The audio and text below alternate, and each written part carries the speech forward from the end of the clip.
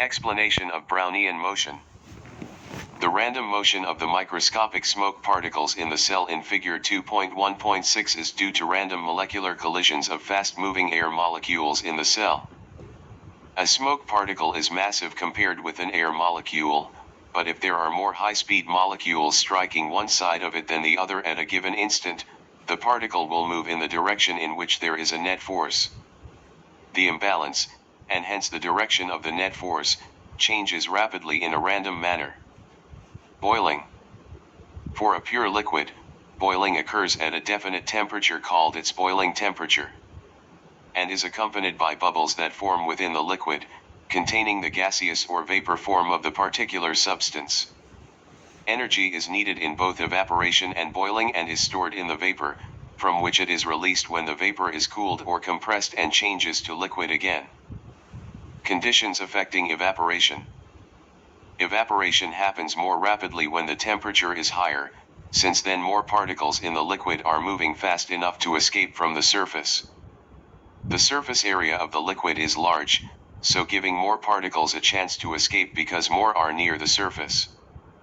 A wind or draft is blowing over the surface carrying vapor particles away from the surface, thus stopping them from returning to the liquid and making it easier for more liquid particles to break free.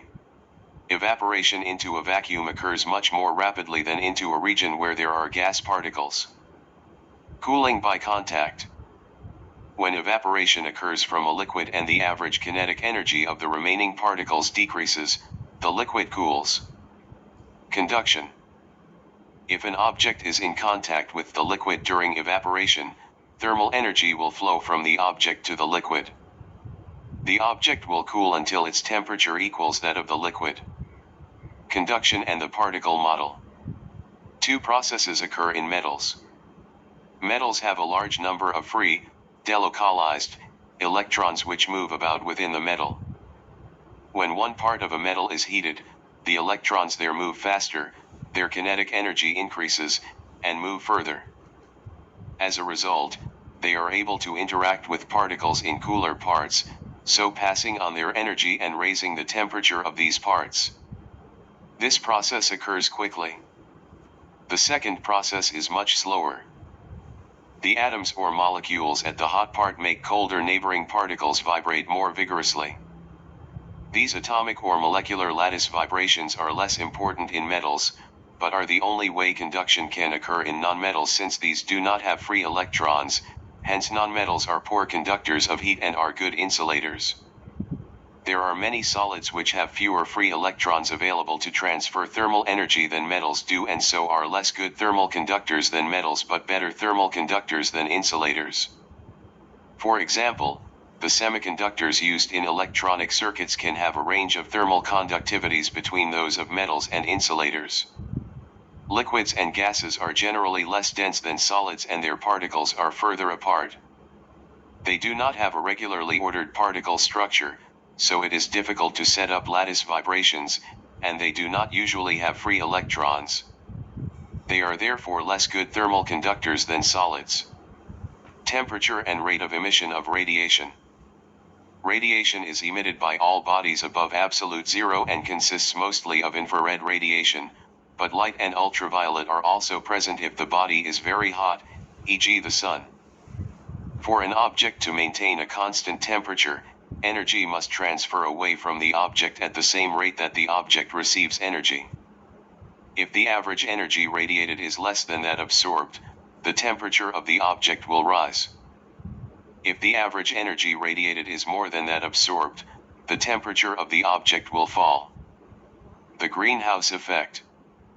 The warmth from the sun is not cut off by a sheet of glass, but the warmth from a red-hot fire can be blocked by glass. The radiation from very hot bodies like the sun is mostly light and short-wavelength infrared. The radiation from less hot objects, such as a fire, is largely long-wavelength infrared which, unlike light and short-wavelength infrared, cannot pass through glass. Light and short-wavelength infrared from the sun penetrate the glass of a greenhouse and are absorbed by the soil, plants, etc., raising their temperature. These in turn emit infrared but, because of their relatively low temperature, this has a long wavelength and is not transmitted by the glass. The greenhouse thus acts as a heat trap and its temperature rises. Carbon dioxide and other gases such as methane in the Earth's atmosphere act in a similar way to the glass of a greenhouse in trapping heat radiated from the Earth's surface. This has serious implications for the global climate. For the average temperature of the Earth to remain constant, a balance must be achieved between the incoming radiation and the radiation emitted from the Earth's surface. If there is a buildup of carbon dioxide and methane gases in the atmosphere, the balance between incoming radiation from the Sun and the average power emitted from the Earth will be upset. Rate of cooling of an object. If the surface temperature of an object is higher than its surroundings, it emits radiation at a faster rate than it absorbs radiation from its surroundings. As a result, it cools until the two rates become equal and a constant temperature is reached.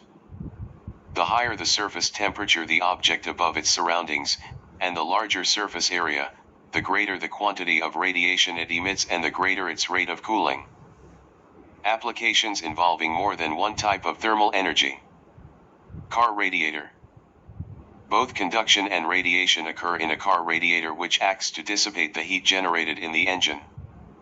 It contains a fluid which circulates between the engine block and the radiator. Thermal energy is transferred to the fluid by conduction as it passes over the engine block. When the fluid enters the radiator, thermal energy is transferred by conduction to the radiator, which then radiates energy in the infrared to the surroundings. The metal radiator is black and has a large surface, so is a good emitter of radiation. In this way the fluid is cooled before it circulates back to the engine block. Wood or coal fire. Radiation and convection occur when a room is heated by a wood or coal burning fire. Thermal energy is radiated from the burning wood or coal and heats up objects in the room which absorb it. Air in contact with the hot wood or coal is warmed and rises upwards because it is less dense than the cold air above. Cooler air is drawn down to take its place and a convection current is set up, which also serves to transfer heat into the room. Vacuum flask. A vacuum or thermos flask keeps hot liquids hot or cold liquids cold. It is very difficult for heat to travel into or out of the flask. Transfer of thermal energy by conduction and convection is minimized by making the flask a double-walled glass vessel with a vacuum between the walls. Radiation is reduced by silvering both walls on the vacuum side.